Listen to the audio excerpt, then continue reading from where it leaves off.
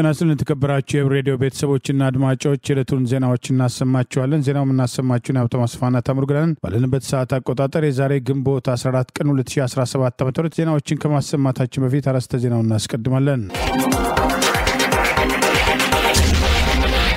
በበርካታ ግንባሮች እየተካሄደ ያለው የአገዛዙ ጦር እቅድ መክሸፍ፣ ጦርነት በቃን ያሉ ወታደሮች ጥሪ፣ የአማራ ፋኖ ብሔራዊ ኃይል ወታደራዊ ውሎ፣ ጥቃቱና የፖለቲካ እስረኞች ስጋት፣ አፈናና የጤና ባለሙያዎች ንቅናቄ፣ የዲሲው ግድያ፣ መፈንቅለ መንግስት የሚሉና ሌሎችም ወቅታዊ ዜናዎች አሉን። ዝርዝሩን እንሆ።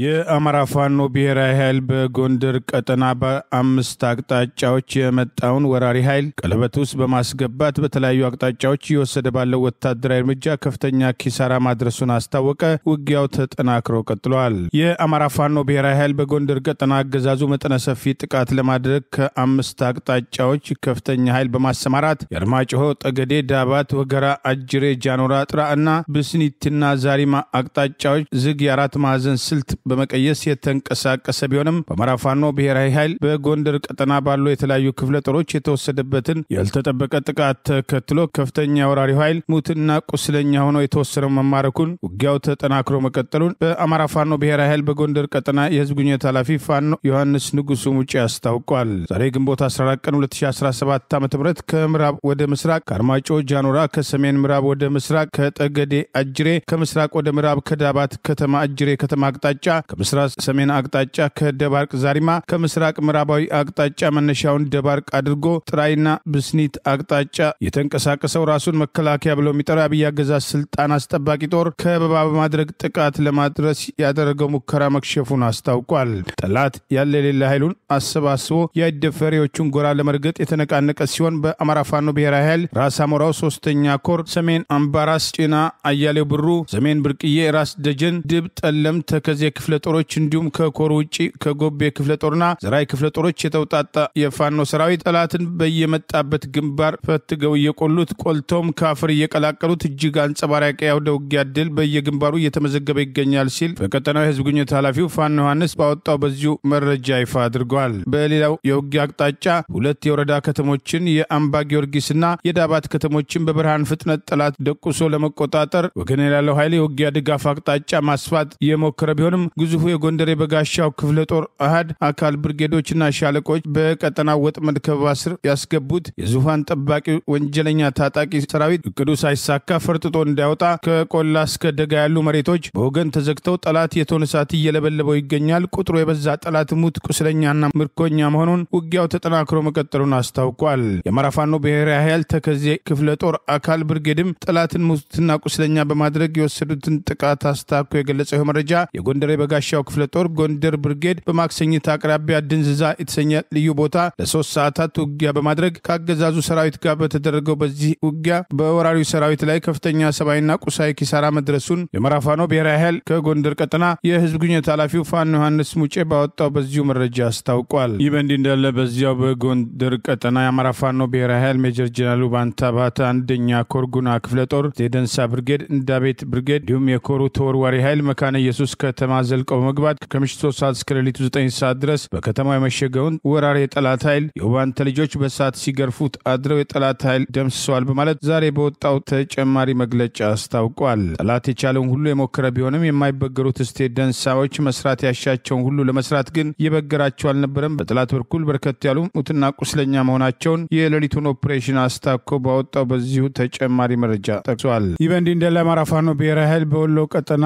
ልጅ ኢያሱ ኮር የጎፍ ክፍለ ጦር አልብኮ ወረዳ ላይ በጠላት ላይ የሰነዘረውን ጥቃት ተከትሎ ድል መቀዳጀቱ ተገልጿል። ተጠናክሮ በቀጠለው የህልውና ተጋድሎ ልጅ ኢያሱ ኮር የጎፍ ክፍለ ጦር ከትላንት በስቲያ ግንቦት 12 ቀን 2017 ዓ.ም አልብኮ ወረዳ ልዩ ስሙ ነጥ የተባለ ታዳጊ ከተማ ላይ በወሰደው ድንገተኛ የማጥቃት እርምጃ ራሱን ጥምር ብሎ የሚጠራው ባንዳ አድማ በተና ሚሊሻና ፖሊስ ላይ የሰነዘረውን ጥቃት ተከትሎ ሙትና ቁስለኛ በማድረግ አስተማሪ ቅጣት በመቅጣት ጭምር ድል መጎናጸፉ ተገልጿል። በተጋድሎ ንስሮቹ ባንዳ ላይ ትኩረት ያደረገ ጥቃት በመፈጸም በርካታ ሆዳደር እስከ ወዲያኛው የሸኙ ሲሆን ቁጥሩ ቀላል የማይባል ቁስለኛም ወደ ደሴ ሪፈራል ሆስፒታል ሳልማኔ ጤና ጣቢያ መወሰዱን በቀጠናው የህዝብ ግንኙነት ኃላፊ ፋኖ አበበ ፈንታው ባወጣው በዚሁ መረጃ አስታውቋል። ተጋድሎ በጎፍ ክፍለ ጦር ምክትል አዛዥ አርበኛ ኮማንዶ ጌታቸው ማሩ የተመራ ሲሆን ወደ ጎፍ ክፍለ ጦር ቀጠና ነጢ ታዳጊ ከተማ አካባቢ የመጣው ጠላት አይቀጡ ቅጣት ቀጥተው ያንጠባጠቡ የቀረ ኃይሉን ይዞ ወደ መጣበት እንዲፈረጥጥ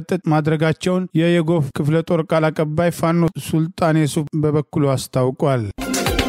መንግስታዊ የኢትዮጵያ ሰብአዊ መብት ኮሚሽን ኢሰመኮም ፖሊስም ከጤና ባለሙያዎች የሥራ ማቆም አድማ ጋር በተያያዘ በማህበራዊ ሚዲያዎችም ቅስቀሳም አድርገዋል። በሌሎችም በስራ ላይ በተገኙ ባልደረቦቻቸው ላይ ዛቻና ወከባ አድርሰዋል ያላቸውን የሕክምና ባለሙያዎች መንግስት በቁጥጥር ስር ማዋሉን ኢሰመኮም አስታወቀ።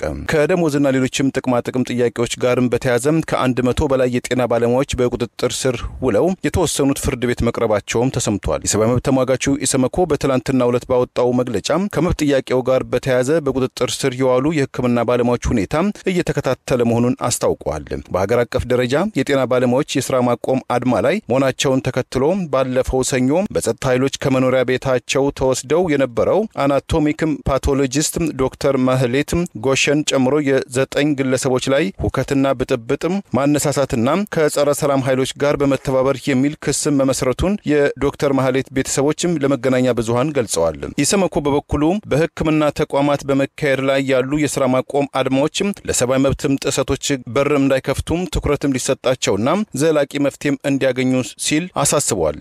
በአዲስ አበባን ጨምሮ በተለያዩ የኢትዮጵያ ከተሞች የሥራ ማቆም አድማ ላይ የተሰማሩ የጤና ባለሙያዎችም አሁን ሁኔታን በቅርበት የተከታተለው የሰብአዊ መብት ተሟጋቹ ኢሰመኮ በጉዳዩ ዙሪያም ከጤና ጥበቃ ሚኒስቴር የሥራ ኃላፊዎችም ከጤና ባለሙያዎች ተወካዮች ጋር ውይይት ማድረጉንም አስታውቋል። ኢሰመኮ ባሰባሰባቸው መረጃዎችም በአንዳንድ የሕክምና ተቋማት በጽኑ ህሙማን ማዕከል የሚገኙ ታማሚዎችን ጨምሮ በሐኪሞች እጥረትም ተገቢውን ሕክምና ማግኘት አለመቻሉን ከክልል ከተሞችም ረጅም ቀጠሮም ጠብቀው ለሕክምና የመጡ ታካሚዎችም ለእንግልት የተዳረጉ መሆናቸውን ታዝቤያለሁ ብሏል።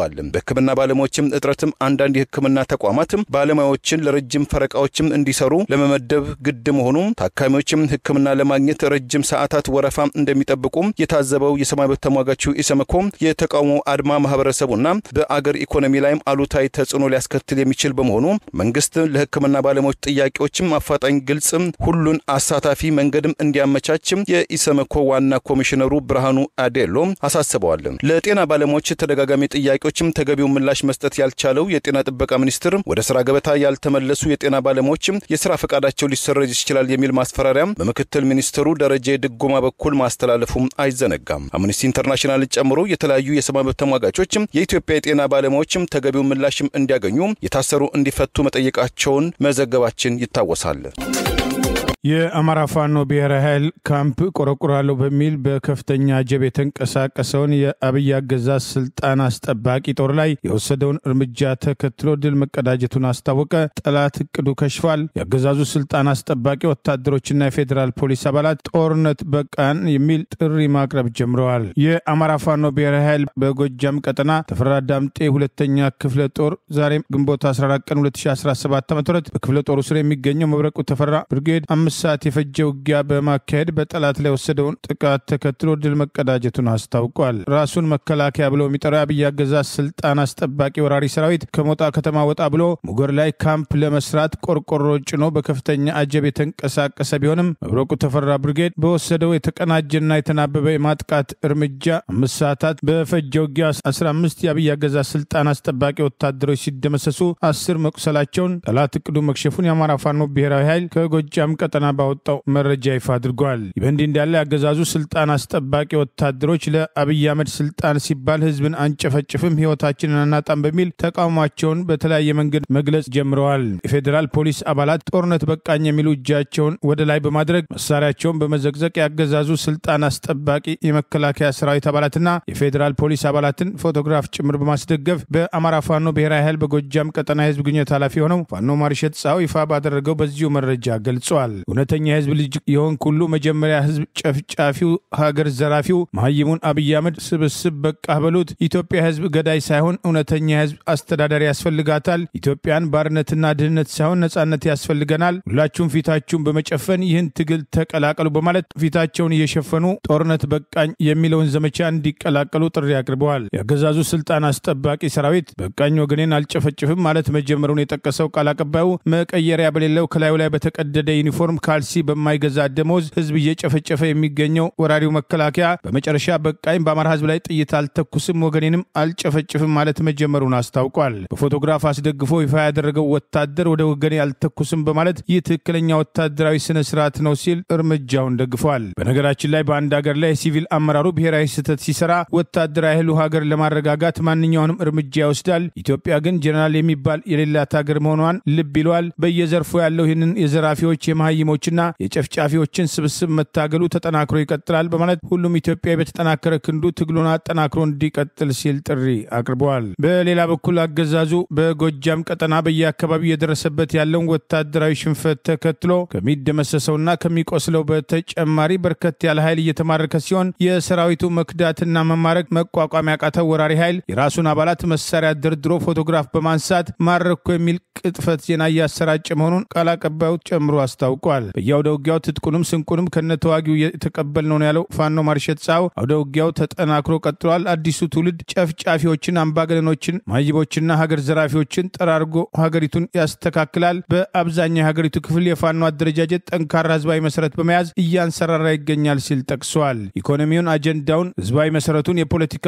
ቁመናውን የነጠቅነው የአብይ አህመድ ኃይል ለመጨረሻ ጊዜ ወታደሩን እንዳይነጠቅ ከፍተኛ ጥረት እያደረገ ቢሆንም ሁሉም ነገር ከእጁ ሊወጣ ጫፍ ደርሷል ሲል አስታውቋል። ሀገር የሚገነባ እውነተኛ መንግስት የሚመሰረተው ፍትህና እኩልነት የሚሰፍነው ኢኮኖሚ የሚያድገው በዜጎች የደምና የላብ ጠብታ በመሆኑ በየዘርፉ ያላችሁ አማራዎችና ኢትዮጵያውያን ይህንን ኃይል ለማጥፋት ብርቱ ተጋድሎ እንድታደርጉ ጥሪ እናቀርባለን ብለዋል። የኢትዮጵያ መምህራንና የጤና ሰራተኞችም ገቢያቸው እየቀነሰ መምጣቱን ተከትሎም ከሙያቸው ለቀው የመውጣትም ፍላጎት እየጨመረ መምጣቱን አንድ ጥናትም አመላከተ። አክሽን ኤድ የተሰኘው ግብረሰናይ ባካሄደው ጥናት በርካታ የኢትዮጵያ መምህራን፣ የጤና ባለሙያዎች የገንዘብ እጥረት እየተባባሰ የስራ ሁኔታም ያሽቆለቆለና ሙያቸውን ለቀው የመውጣትም ፍላጎታቸው እየጨመረ መምጣቱን ገልጿል። በሪፖርቱም የኢትዮጵያ ትምህርት ቤቶች በጀትም ባለፉት 5 ዓመታት ውስጥ በ50 በመቶ የቀነሰ መሆኑን ጠቅሶ ይህ የገንዘብ ጫና መሰረታዊ የትምህርትም ቁሳዎችን እጥረት እንዲከሰት ምክንያት ሆኗል ያለው ጥናቱ በጥናቱ የሳተፉ ሁሉም መምህራን በትምህርት ቤት መሳሪያዎችና የመማሪያ መጻሕፍትም ከፍተኛ እጥረት እንደገጠማቸው ገልጸዋል። 80 በመቶ በላይ የሚሆኑት ውስን መሳሪያዎችን ከስራ ባልደረቦቻቸው ጋር ለመጋራትም እንደተገደዱ እነኚሁ ባለሙያዎችም ተናግረዋል። ጥናቱ ከዚህም በተጨማሪ 91 ከመቶ የሚሆኑት መምህራን የስራ ሁኔታ እየተባባሰ መምጣቱን የገለጹ ሲሆን 96 በመቶ የሚሆኑት ባለፉትም ከ3 እስከ 5 ዓመታት ውስጥ ምንም አይነት የሙያ ስልጠና እንዳላገኙም ተናግረዋል። እነዚህም ጫናዎችም 91 በመቶ የሚሆኑት ኢትዮጵያን መምህራን ሙያቸውን ለመልቀቅም ፍላጎት እንዳላቸው እንዲገደዱ ምክንያት እንደሆናቸውም ተናግረዋል። በኢትዮጵያ በጤናው ዘርፍ ላይ ያሉ ችግሮችን ከዚህ ያነሱ አይደሉም። በጥናቱ ከተካፈሉትም የጤና ባለሙያዎች መካከል 95 በመቶ የሚሆኑት የሕክምና መሳሪያዎችና አስፈላጊ መድኃኒቶች እጥረት መኖሩን የገለጹ ሲሆን የወሊድም ጤና ከባድ አገልግሎት አሰጣጥ ችግሮች መኖሩንም 90 በመቶ የሚሆኑትም ምላሽ ሰጪዎችም ለጥናቱ ባለሙያዎችም ገልጸዋል። የገንዘብ ጫናም ሌላኛው የጥናቱ ጭብጥም ሆኖ የተነሳም ሲሆን ሁሉም የዳሰሳም ጥናት የተደረገባቸው የሕክምና ባለሙያዎችም ገቢያቸው በቂ እንዳልሆነ ገልጸው ከሁሉም በላይ ደግሞ 75 በመቶ የሚሆኑትም የሕክምና ባለሙያዎችም ገቢያቸው በመቀነሱ የተነሳም የቤተሰቦቻቸውን የምግብ መጠን ለመቀነስ እንደተገደዱም ተናግረዋል። እንዲሁም ሁሉም ምላሽም ሰጪዎችም ከፍተኛም ጭንቀትም እንደገጠማቸው የገለጹ ሲሆን ከ4ም 3ም ጤናማ የስራና የኑሮ ሚዛን ለመጠበቅም እንደሚቸገሩም ተናግረዋል። የሙያ ስልጠና እድሎችም አለመኖር ሌላኛው ትልቅም ችግር ሲሆን 100% የሚሆኑ የጤና ባለሙያዎችም ስልጠና ማግኘትም እንደማይችሉ በሪፖርቱ ላይ ተገልጿል። በዚህ ምክንያትም 65 በመቶ የሚሆኑትም ሙያቸውን ለመልቀቅም ያላቸው ፍላጎትም መጨመሩ በጥናቱ ላይ ተመልክቷል። ጥናቱ እንዳመለከተው በአገር አቀፍ ደረጃ ኢትዮጵያ ከባጀቷ 7.1 በመቶ ለጤና 23 0.01 በመቶ ደግሞ ለትምህርትም ትመድባለች። ሁለቱም ከዓለም ደረጃ በታች የሆኑ ሲሆን ኢትዮጵያ በየዓመቱ 213.3 ሚሊዮን ዶላር የሚገመት ገንዘብ በግብር ማጭበርበር የምታጣም ሲሆን ከገቢዋም 6 በመቶ የሚሆነው የውጪ ዕዳም ለመክፈልም እንደምትገደድም ተመልክቷል።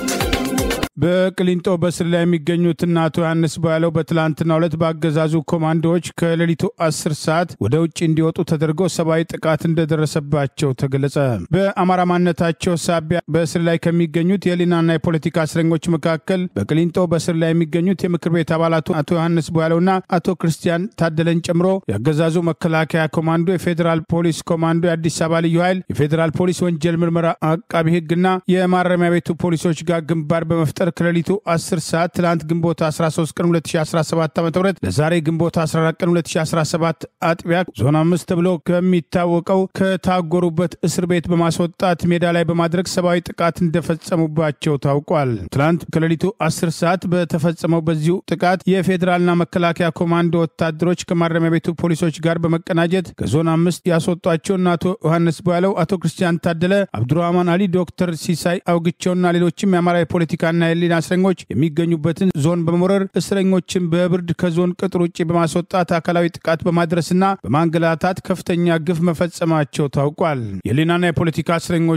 በህዝባችን ላይ የሚፈጸመው ስርዓታዊ ጥቃትና የህልውና አደጋ መቆም አለበት ብለን በመታገላችን ምክንያት እስከ 2 ዓመት ድረስ ያለምንም ፍትህ ከሰመራና አዋሽ አርባ የማሰቃያ ካምፖች ሜክሲኮ ከሚገኘው የፌዴራል ፖሊስ ወንጀል ምርመራ በገላና ማዕከላዊ ማጎሪያዎች ከተፈጸመብን የግፍ ማዕት ተርፈን እስካሁን ሰዓት ድረስ በፍትህ ማጣት እየተሰቃየ እንደምንገኝ ይታወቃል በማለት በአሁኑ ወቅት በብልጽግና ስርዓት ተስፋ የቆረጠ አካሄድ ምክንያት በቅሊንጦ የምንገኝ አማራ ህሊናና የፖለቲካ እስረኞች የህልውና አደጋ እንደተደቀነብን በማናቸውም ሰዓት ወደ ክፉ የማሰቃያ ስፍራዎች ድጋሚ ልንጋዝ በህይወታችን ላይ አደጋ የሚጥል ጥቃት ሊፈጸምብን እንደሚችል መላው ህዝባችን እንዲያውቅልን ሲሉ ጥሪ አቅርበዋል። በአማራ ብሔር ተወላጅ የፖለቲካና ህሊና እስረኞች ላይ ከዚህ ቀደምም በእስር ቤት ተመሳሳይ ጥቃት የተፈጸመ ሲሆን የትላንትናው ሌሊት የበለጠ የከፋ እንደነበር ያገኘነው ተጨማሪ መረጃ ይገልጻል። በአማራ ህዝብ ትግል እርዳታ ጭምር ስልጣን ላይ ወጣው አብይ አህመድ የአማራ ህዝብን ከመካድ አልፎ በአማራ ህዝብ ላይ ቀጥተኛ ጦርነት በማወጅ በአማራ ማንነታቸው ሳቢያ በግፍ ያሰራቸውን በዚህ ደረጃ እስር ቤት ድረስ ኮማንዶ እየላከ ለማጥቃት መንቀሳቀሱ የስርዓቱን ርካሽ ተግባር ያጋልጣል የሚሉ አስተያየቶች ተከትለው ቀርበዋል። በደርግም ሆነ ደርግን በተካው ቁጥር 1 ኢህአዴግ በሚባለው አስተዳደር በማዕከላዊ ዛሬም ድረስ ከሚፈጸመው ግፍ በተጨማሪ በተለይም ወደ ማረሚያ ቤት በሚል ሽፋን ወደ ቃሊቲ፣ ቅሊንጦና ሌሎችም እስር ቤቶች የተዛወሩ እስረኞች ላይ በዚህ ደረጃ ተደጋጋሚ ጥቃት ሲፈጸም ተሰምቶ እንደማይታወቅና በአብይ አህመድ የሚመራው ዘረኛ ቡድን መንግስትና ስርዓት መሆን ያቃተው ተራ የወንበዴ ስብስብ መሆኑን በተግባር እያሳየ ነው የሚሉ ወቀሳዎች የፖለቲካ እስረኞቹን ጉዳይ የሚከታተሉ ወገኖች ድርጊቱን ኮንነዋል። የኢትዮጵያ የጤና ባለሙያዎች የደሞዝና ጥቅማ ጥቅምን ጨምሮ የጤና አገልግሎቱ እንዲሻሻል ያቀረቡትን ጥያቄ ዛሬም ችላ ያለው አገዛዝ ተቃውሟቸውን ለማክሸፍ የተለያዩ አፈናዎችን እያካሄደ ይገኛል። በአቋማቸው ጸንተው ተቃውሟቸውን እያሰሙ ሲሆን በሕክምና ጦት እየሞተና እየተቸገረ ያለው ህዝብ ያገዛዙ ባለስልጣናት እንደፈረዱበት አውቆ ከጎናቸው ሊቆም እንደሚገባ ጥሪ እየቀረበ ነው። የኢትዮጵያ የጤና ባለሙያዎች አንድ ወር ጊዜ ውስጥ በመስጠት 12 ጥያቄያቸውን ይፋ በማድረግ አገዛዙ ዝምታ መርጦ የቆየ ሲሆን ከግንቦት 10 ቀን 2017 ጀምሮ ባለፉት 4 ቀናት እያደረጓቸው ያለው የሥራ ማቆም አድማዎችና አጠቃላይ ሥራ ማቆም አድማና ጽናታቸውን ተከትሎ የአፈና እርምጃው በተለያዩ አቅጣጫዎች ተጠናክሮ የቀጠለ ሲሆን አዳዲስ ሐኪሞችን እንቀጥራለን በማለት ተቆራርጦ 9,000 ብር የሚደርሳቸው ልምድ ያላቸው ዶክተሮች በህይወት መኖር አልቻልንም፣ ደሞዙ ከሀገሪቱ ተጨባጭ ሁኔታ አነስተኛ ነው ብለው እየጠየቁ ባለበት እነሱን አባሮ ባንግላዴሽና ሌሎችንም ዜጎች እንቀጥራለን ሲል የነበረው አገዛዝ በተጣራ 7600 ብር አዳዲስ ሐኪሞችን እቀጥራለሁ በሚል ያወጣው ማስታወቂያ ብዙዎችን እያስገረመ ሲሆን ንቅናቄውን አዳፍናለሁ በሚል የታወቁ የሕክምና ባለሙያዎችን ወደ እስር ቤት እያጋዘ ሲሆን አንዳንዶችን ያለ ምንም ቅድመ ሁኔታ ከስራ ማባረር መጀመሩ ታውቋል። ዶክተር አላዛር አበጀ የተባሉት የማህፀን ስፔሻሊስት ከአለርት ሆስፒታል በዛሬው ዕለት የታሰሩ ሲሆን የደብረታቦር ሪፈራል ሆስፒታልም ከህግ አግባብ ውጭ 2 ዶክተሮችን የደብረታቦር ሆስፒታል በስራቸው አልተገኙም በማለት በተቃውሞ ላይ የነበሩ 5 ዶክተሮችን ከስራ አባረር ያለው በማለት ያገዛዙ ካድሬዎች ለህዝብ ጤና ግድ እንደማይሰጣቸው በተግባር እያሳዩ ሲሆን በመላው አገሪቱ በተለያዩ ጤና ተቋማት ሊታከም የሚገባ ህዝብ በተበላሸ የጤና አስተዳደርና የጤና ባለሙያዎች ያቀረቡትን የደሞዝ ጭማሪና የጥቅማ ጥቅም ጥያቄ የጤና አገልግሎቱ እንዲሻሻል መጠየቃቸውን እንደ ወንጀል በመቁጠር የሚያሳድዳቸው አገዛዝ ባለስልጣናት በህዝቡ ህይወት ላይ መፍረዳቸውን ግንዛቤ ውስጥ በማስገባት ህዝቡ ከጤና ባለሙያዎች ጎን በመቆም ለመብቱ እንዲታገል ጥሪ እየቀረበ ይገኛል። በተከታታይ የሚሰጣቸው ማስፈራሪያዎችና የተምታቱ መግለጫዎች ውጤት አልባ የሆኑበት አገዛዝ ዛሬም የአፈና እርምጃውን አጠናክሮ የቀጠለ ሲሆን እስካሁን እየተፈቱ ከሚታሰሩት በተጨማሪ ከመቶ በላይ የጤና ባለሙያዎች በተለያዩ ሀገሪቱ አካባቢዎች በስር ላይ እንደሚገኙ ታውቋል። በእንዲህ እንዳለ ከኢትዮጵያ አልፎ በአፍሪካ ደረጃ ጭምር በሙያቸው የሚታወቁትና በትላንትናው ዕለት የአገዛዙ የጸጥታ ሰዎች አግተው የወሰዷቸው ታዋቂው የአጥንት ስፔሻሊስት ዶክተር ሳሙኤል ኃይሌ ዛሬ ከመሸ ከእስር መፈታታቸው ታውቋል። ከኢትዮጵያ አልፎ በአፍሪካ ጭምር በሙያው ታዋቂነትን ያተረፈውና በስልጠናና በቀዶ ጥገና ከፍተኛ ተቀባይነት ያለው አሜሪካን ጨምሮ ወደ ተለያዩ ሀገራት ለልምድ ልውውጥና ለተጨማሪ ስራ የሚንቀሳቀሰው ዶክተር ሳሙኤል ኃይሌ ተቃውሞውን ተከትሎ በትላንትናው ዕለት በአገዛዙ ጸጥታ ኃይሎች ታፍኖ የነበረ ሲሆን ዛሬ ምሽት መፈታቱም ታውቋል። በእንዲህ እንዳለ የጤና ሚኒስትር ዴታ የተባለው የኦሮሞ ብልጽግና ፓርቲ ከፍተኛ አቀንቃኝ ሆነው ዶክተር ደረጀ ዱጉማ ሰሞኑን የሕክምና ፈቃዳችሁን እንሰርዛለን የሚለው ማስፈራሪያም በጤና ባለሙያዎች ተቀባይነት እንዳጣና አገዛዙ ጥያቄያቸውን ከመመለስ ውጪ በአፈና የጤና ስርዓቱን ከማቃወስና በህዝቡ ህይወት ላይ ከመፍረድ ውጪ የሚያመጣው ውጤት እንደሌለ የተገለጸ ይገኛል። በርካታ የጤና ባለሙያዎች ከዚህ ቀደም በራሳቸው የግል ውሳኔ ደሞዛቸው በቂ ባለመሆኑ ስራቸውን እስከ መቀየር መድረሳቸውን የሚያስታውሱ ወገኖች እናባረራቸዋለን የሚለው ማስፈራሪያ ህዝቡ ላይ ከመፍረድ ውጪ ትርጉም ያለው ጫና እንደማይፈጥርና ጥያቄያቸውን ከጤና ባለሙያዎች በተጨማሪ መምህራን፣ ሰራተኞችና አሽከርካሪዎች ደግፈው በመቆም ህዝባዊ ንቅናቄው ተጠናክሮ እንዲቀጥል ጥሪ እየቀረበ ይገኛል። አምባገነኖች የተደራጁ ጥያቄዎች ሲቀርቡ ሁልጊዜ ውንጀላና ማስፈራሪያ የተለመደ ሲሆን ህዝቡ ተቃውሞውን ተጠናክሮ ሲቀጥል ደግሞ ወደ መለማመጥ ጥያቄውን በከፊል ወደ መቀበል መሄዳቸው ተደጋግሞ ተስተውሏል። በቤንሻንጉል ጉሙዝ ክልል ካማሼ ዞን ከኦሮሚያ ክልል ጋር በሚጎራበት ቀበሌም ታጣቂዎች አደረሱት በተባለ ጥቃትም 6 ህጻናትን ጨምሮ በትንሹ 16 ሰዎች መገደላቸውና 14 ሰዎች ላይ ጉዳት መድረሱም ነዋሪዎችና የክልሉ ምክር ቤት አባል ተናገሩ። የክልሉ ሰላምና ጸጥታ ቢሮና ነዋሪዎች በቀበሌው ለተፈጸመው ጥቃትም መንግስት ኦነግ ሸኔ ሲል የጠራው የኦሮሞ ነጻነት ሰራዊት ታጣቂዎችም ተጠያቂም አድርገዋል። ታጣቂዎቹ በቤንሻንጉል ጉሙዝ ክልል መሽጋ ወረዳ ወደሚገኘው አንገር ሜጤ ቀበሌ በመግባት ጥቃት የፈጸሙት በትላንትና ዕለትም ከንጋቱ 12 ሰዓት ገደማ ሲሆን ሁለት ነዋሪዎችና የክልሉ ምክር ቤት አባላትም አቶ ለሜሳም ለኒኖ የተባሉ እማኝ ለቢቢሲም ተናግረዋል። ታጣቂዎቹ ወደ ቀበሌ ነዋሪዎች ቤትም በመግባትም ተኩስ መክፈታቸውን ነዋሪዎቹ ገልጸው ያለምንም ግጭት 12 ሰዓት ላይ ነው መተው ሰው መጨፍጨፍም የጀመሩትም ብለዋል። ቤተሰቦቻቸው የተገደሉባቸው ሌላ ነዋሪ በበኩላቸው ንጋት ላይ የጀመሩትም ጥቃትም ቀኑን ሙሉ መዝለቁን ተናግረዋል። ታጣቂዎቹም ጠዋት 12 ሰዓትም ከቤትም አውጥተው መግደል ጀመሩ ያሉት እማኝ የቤንሻንጉል ጉሙዝ ክልል ምክር ቤት አባልና በክልሉ የታላቁ ህዳሴ ግድብ ግንባታ ህዝባዊ ተሳትፎ ማስተባበሪያ ምክር ቤትም ጽፈት ቤት ዋና ዳይሬክተር አቶ ለሜሳም በተመሳሳይ ጥቃት ስለመፈጸሙም ለቢቢሲ አረጋግጠዋል። አቶ ለሜሳም በቀበሌው በተፈጸመው ጥቃት 16 ሰዎች መገደላቸውና 4 ነዋሪዎች መቁሰላቸውንም አክለዋል። ከተገደሉት መካከል በርካታዎቹ ህፃናትና ሴቶች መሆናቸውም ተመልክተዋል። የምክር ቤት አባሉ አንድ ሙሉ ቤተሰብ ጨምሮ 2 ቤተሰብ ደግሞ ባለቤቱም ወንዱ ብቻ ነው የተረፈው ሙሉ ልጆችም ሴቶችን ጨምሮ ጨርሰዋቸዋል ሲሉ አሳዛኙን ድርጊትን ገልጸዋል። ቢቢሲ ያነጋገራቸው 2 የቀበሌው ነዋሪዎች በበኩላቸው የደረሰውን ጉዳት ከዚህም ከፍ ያደረጉትም ሲሆን የሞቱት ሰዎችም 17 ሳይሆን እንዳልቀረም ግምታቸውን ገልጸው የቆሰሉትን ወደ 14 አድርሰውታል። መሽጋ ወረዳም ከኦሮሚያ ክልል ምስራቅ ወለጋ ዞን 3 ወረዳዎች ጋር እንደሚዋሰን የሚያስረዱት የምክር ቤቱ አባል አቶ ለሜሳም መሽጋ ወረዳ ውስጥም ካሉ 12 ቀበሌዎችም አንገር ሜጤ የሚባለው ቀበሌ ኦሮሚያ ጫፍ ላይ ያለችም የ2 ኪሎ ሜትር ልዩነት ያላት መሆኑንም ገልጸዋል። ታጣቂዎቹ ባለፈው ሚያዝያ ወር ውስጥም ሌሎችም 2 ጥቃቶችን ፈጽመው እንደነበረም አስታውሰዋል። የቤንሻንጉል ጉሙዝ ክልል ሰላም ግንባታና ጸጥታ ኃላፊው አቶ ቢኒያ መንገሻም ጥቃቱ መፈጸሙን ለቢቢሲ አረጋግጠው ተፈጸመውን የተለመደም የታጣቂ ጥቃት መሆኑን የተናገሩት አቶ ቢኒያም የደረሰው ጉዳትም ስላልተረጋገጠ አሁን ቁጥሩን እርግጠኛ ሆኖ መናገር አይቻልም ብለዋል። የደረሰውን ጉዳት ለመለየት ማጣራት የተደረገ መሆኑን ገልጸው ጥቃቱን የፈጸሙት የትኞቹ ታጣቂዎች እንደሆኑም ጥያቄ ቀርቦላቸው ኃላፊው የሸኔ ታጣቂ ናቸው ሲሉም ተናግረዋል። ለአብይ አገዛዝ እጃችንን ሰጥተናል ያሉት ጸዳሉ ደሴ አስቀድመውም ለአገዛዙ ይሰሩ እንደነበርና ክህደታቸውን በየትኛውም ክስ ሊያስተባብሉት እንደማይችል የአማራ ፋኖ ብሔራዊ ኃይል የሴንትራል ኮማንድ አመራሮችን ጨምሮ ዛሬ በሰጡት የጋራ ማብራሪያ ላይ ገለጹ። በአማራ ህዝብ ላይ ህልውና አደጋ የደቀነውና አማራ ህዝብን ጦርነት ከፍቶ እየጨፈጨፈ ለሚገኘው አገዛዝ በፋኖ ስም አስቀድሞ ያሰማራቸውና በክህደት ተሰልፈው የነበሩ በቅርቡ የአማራ ፋኖ ብሔራዊ ኃይል በቋራ ቃል ኪዳን የድርጅቱ ምስረታ ተከትሎ ድንጋጤ ውስጥ የወጣው አገዛዝ በክህደት ያሰማራቸውን እጃቸውን ሰጡ እያለ የተቀበላቸው ሲሆን እነዚህ አማራ ህዝብ የህልውና አደጋ ባልተቀረፈበት የትኛውም የማንነት ጥያቄ ባልተመለሰበት ለአገዛዙ እጃቸውን የሰጡ ከሃዲና ባንዳዎች የአማራ ብሔራዊ ኃይልን በወልቃይትና ራያ ጉዳይ የተለየ አቋም እንደሚያራምድ አድርገው የሚያቀርቡት ክስ ክህደትና ባንዳነታቸውን ለመሸፋፈን ያደረጉት እርምጃ አካል መሆኑን ገልጸዋል። አርበኛ ሀብቴ ወልዴና አርበኛ አስቻለው በለጠ የአማራ ፋኖ ብሔራዊ ኃይል የማዕከላዊ ኮማንድ አመራሮች ጨምሮ በጎንደር ቀጠና የአማራ ፋኖ ብሔራዊ ኃይል ህዝብ ግንኙነት ኃላፊ አርበኛ ዮሐንስ ንጉሱ የአደረጃጀት ጉዳይ ኃላፊ አርበኛ ማንደፍሮ ተሰማ በጋራ ለጋዜጠኞች በሰጡት ማብራሪያ ላይ ጸዳሉ ደሴን ጨምሮ በክህደት ለአገዛዙ እጃቸውን የሰጡት ባንዳዎችና ከጠላት ጋር በመሰለፋቸው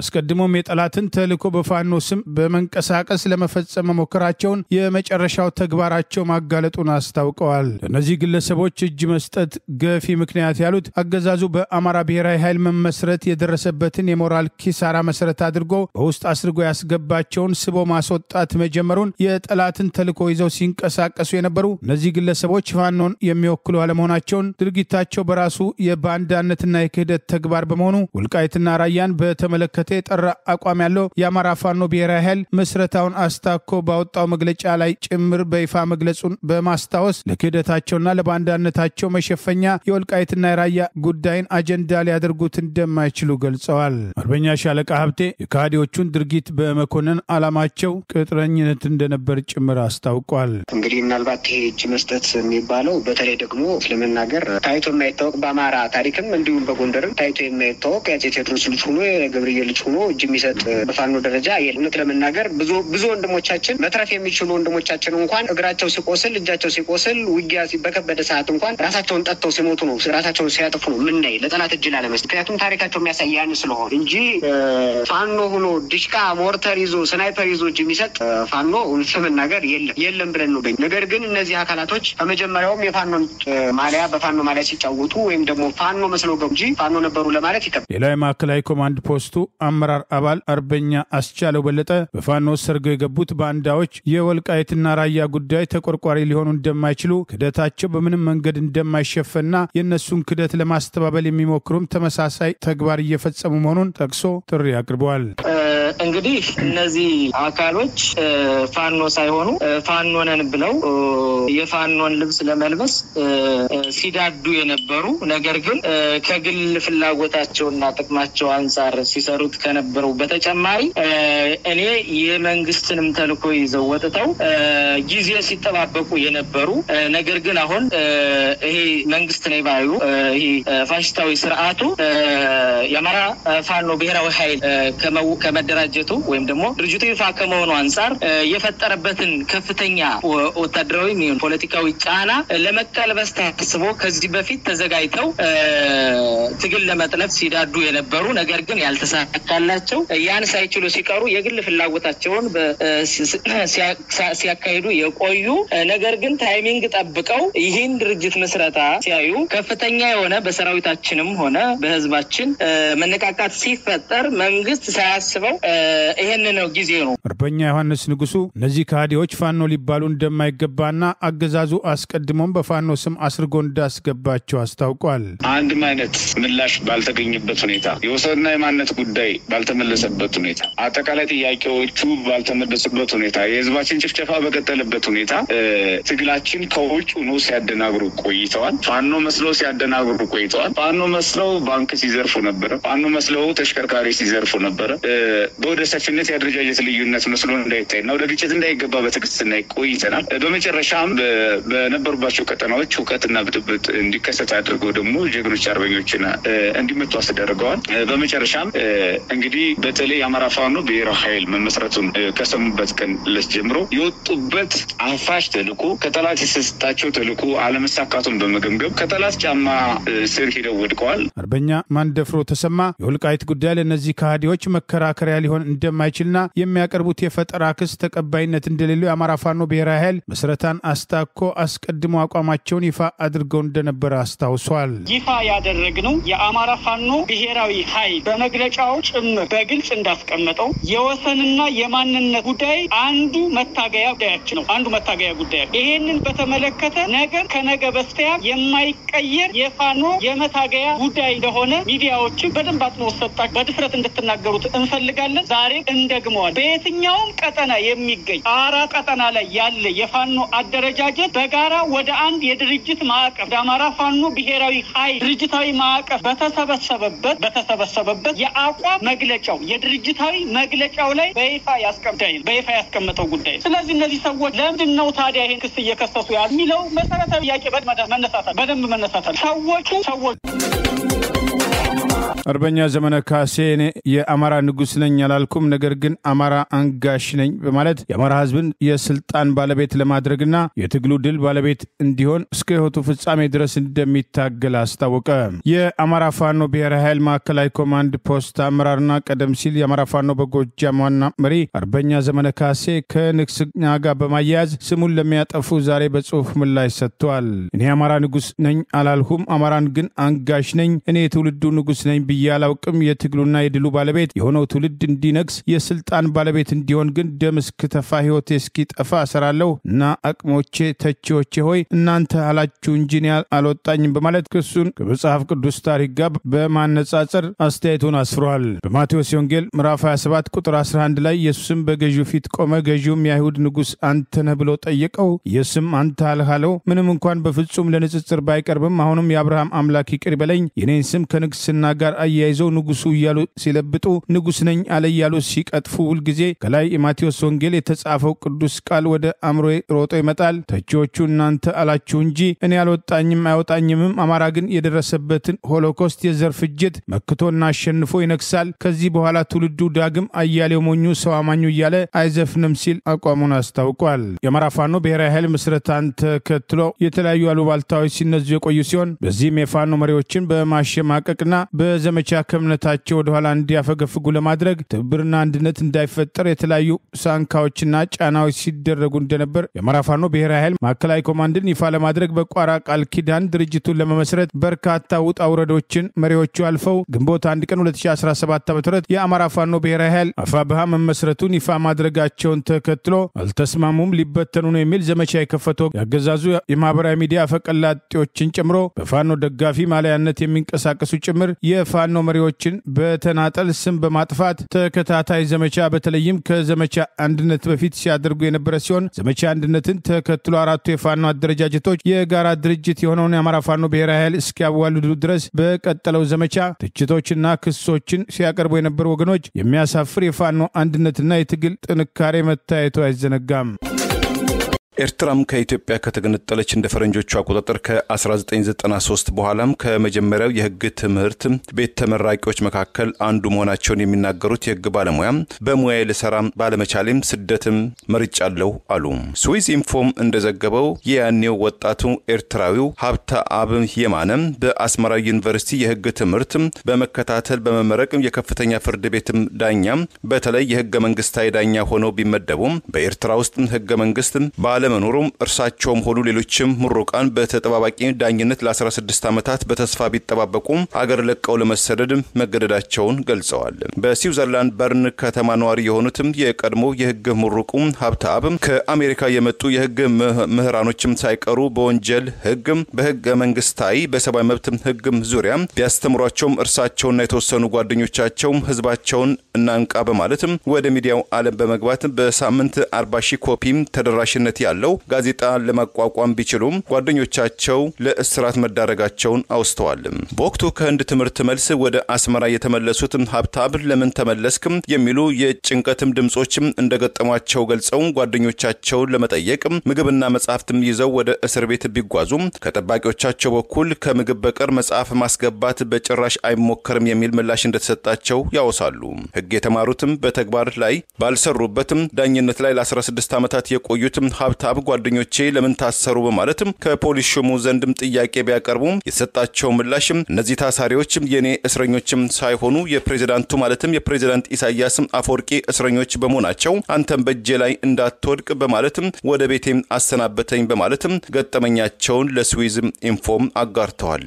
በኤርትራ ውስጥ ህጉ በመንግስት ጫና ውስጥ ወድቋል የሚሉትም ሀብታብ የማንም ውሳኔዎች ብዙውን ጊዜ የሚሰጡት በወታደራዊ ባለስልጣናት ነው። የመንግስትም የፖለቲከኞች ፍላጎት የሌለበት ጉዳይ ከሆነም ፍትህ ይተገበራል። ከዚያ ውጪ ግን የመንግስት ፍላጎት ያለበት ጉዳይ ከሆነ ግን ፍርድ ቤትም ስልጣን የለውም ብለዋል።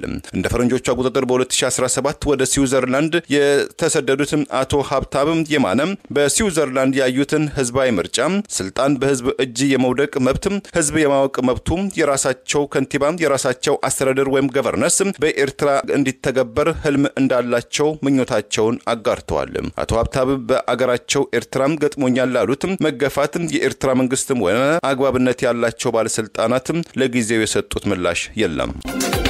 ሁለት የእስራኤል ኤምባሲ ሰራተኞችን ትላንት ምሽት በዋሽንግተን ተኩሶ የገደለው ግድያውን መፈጸሙን በአደባባይ ተናገረ። ለፍልስጤምና ጋዛ ያለውን ድጋፍ ጮሆ ሲናገር ተስተውሏል። በአሜሪካ በዋሽንግተን ዲሲ የሚገኘው የእስራኤል ኤምባሲ ሰራተኞች የሆኑት ሁለት ግለሰቦችን በዋሽንግተን ዲሲ በሚገኘው የአይሁድ ሙዚየም ደጃፍ ላይ በተተኮሰባቸው ጥይት ህይወታቸው ያለፈ ሲሆን ግድያውን የፈጸመው በማህበራዊ ሚዲያ በተሰራጨ ቪዲዮ ነጻይቱ ፓለስቲኒያን እያለ ይጮህ የነበረው የ31 ዓመቱ ኤልያስ ሮድሪጌዝ መሆኑን በፖሊስ ቁጥጥር ስር ውለዋል። የቺካጎ ነዋሪ መሆኑ የተገለጸው ግለሰብ ድርጊት የሽብር መሆኑን የውጭ ባለስልጣንን በመግደልና ሌሎች ተጨማሪ ወንጀሎች እንደሚከሰስ የኮሎምቢያ አውራጃ አቃቤ ሕግ ለዜና ሰዎች ተናግረዋል። የእስራኤል መንግስት ትላንት ምሽት 9 ሰዓት ላይ ተተኩሶባቸው ህይወታቸው ያለፈው የእስራኤል ኤምባሲ ሰራተኞች ያሮን ሊችንስኪና ሳራሊያን ሚልግራም ሲሆኑ በቀጣዩ ሳምንት በኢየሩሳሌም ለመተጫጨት ቀጠሮ ይዘው እንደነበርም ተገልጿል።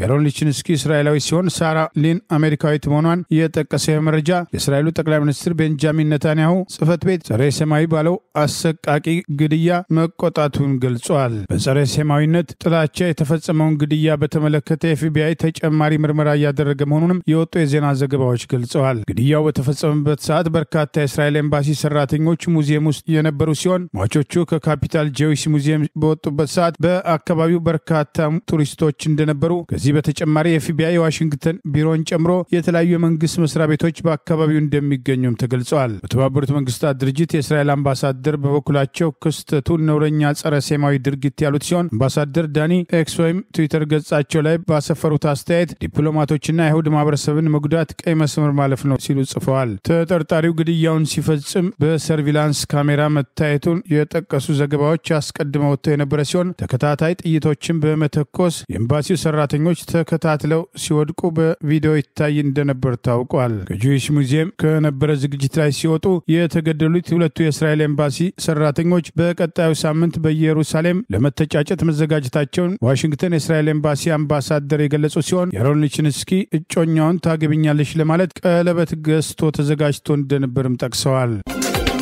በምዕራብ አፍሪካዊቷም አይቬሪ ኮስት የመፈንቅለ መንግስት ሙከራ መደረጉም በርካታ ሰዎች መሞታቸው ተነገረ።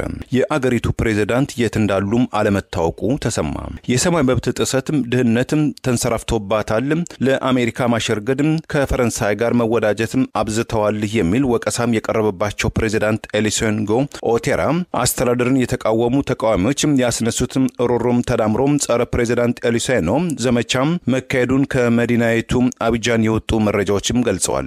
ያልተረጋገጡ ምንጮችም እንደገለጹት ፕሬዝዳንቷም ሳይሰወሩ አገር ጥለው ሳይሄዱ ሳይታፈኑ ሳይታሰሩ ወይም ሳይገደሉ አልቀረም ተብሏል። ነገር ግን ከመንግስት በኩል እስከ አሁን ድረስ የተሰጠ ማረጋገጫ ወይም ማስተባበያ የለም። የመፈንቅለ መንግስት አድራጊዎቹ ማንነትም እስከ አሁን ድረስ በይፋም ያልተገለጸ ሲሆን ባለፉት 48 ሰዓታት ውስጥ በዋና ከተማ አቡጃን ውስጥ በትንሹ 30 ሰዎችም ሳይሞቱ እንዳልቀረ አንዳንድ መረጃዎችም ገልጸዋል። በአይቬሪ ኮስትም ተካሂዷል የተባለው የመፈንቅለ መንግስት ሙከራም ተከትሎ የኢንተርኔት አገልግሎት መቋረጡ የመንግስታዊ ኃይሎችም እይታ መደብዘዙም ተሰምቷል። አለመረጋጋትን ተከትሎ በአቡጃን የሚገኙ ዓለም አቀፍ ተቋማትና ኤምባሲዎች ዜጎቻቸው ጥንቃቄ እንዲያደርጉ ምክረ ሐሳብ መስጠታቸው ዴይሊ ትረስት የተሰኘው ጋዜጣም ዘግቧል። ከሁለትም ቀናት በፊት ተጀምሯል በተባለው ወታደራዊ መፈንቅለ መንግስት ሙከራ ባለፈው ግንቦት ወይም በፈረንጆቹ ሜይ 2025 የመከላከያ ሹሙ ጉዳት ደርሶባቸው ሆስፒታል ገብተው መሞታቸውም ተነግሯል። አንዳንድ ምንጮች በበኩላቸው በአይቬሪ ኮስት የመፈንቅለ መንግስት ሙከራ አልተደረገም፣ ፕሬዝዳንቱም ለቀጣዩ ጥቅምት ይካሄዳል ለተባለው ፕሬዝዳንታዊ ምርጫ ራሳቸውን እያሟሟቁ ነው ሲሉም ተደምጠዋል። የፈረንሳይ ቀን ግዛት የነበረችው ከፓሪስ ጋር ካለፈው ዓመት ጀምሮ ወታደራዊ ትስስር ያቋረጠችው የፈረንሳይ ወታደሮችን ያስወጣችው ምዕራብ አፍሪካዊቷ አይቬሪ ኮስት ለአመጻና ሁከት እንግዳ ባትሆንም ከ2010 እስከ 2011 በተካሄደ አመጻም በትንሹ ከ3000 በላይ ዜጎቿ ከምርጫ ጋር በተያያዘ ህይወታቸውን አጥተዋል። እንደ ፈረንጆቹ አቆጣጠር በ1999 የመፈንቅለ መንግስት ሙከራ ከ2002 እስከ 2007 የእርስ በርስ ጦርነት እንዲሁም በፈረንጆቹ 2017 የወታደራዊ አመጻም አይቬሪ ኮስት አስተናግዳለች። ለዛሬ ያሉን ዜናዎች እነዚህ ናቸው። ዜናውን ስታደምጡ ለቆያችሁ የህብር ሬዲዮ ቤተሰቦችና አድማጮች ምስጋናችን ድረሳችሁ። የህብር ሬዲዮ ኦፊሻል ዩቲዩብ ቻናላችንን ሰብስክራይብ ያላደረጋችሁ ሰብስክራይብ በማድረግ በተጨማሪም የደውል ምልክቱን በመጫን የህብር ሬዲዮ ቤተሰብ እንድትቀላቀሉ በአክብሮት እንጋብዛለን።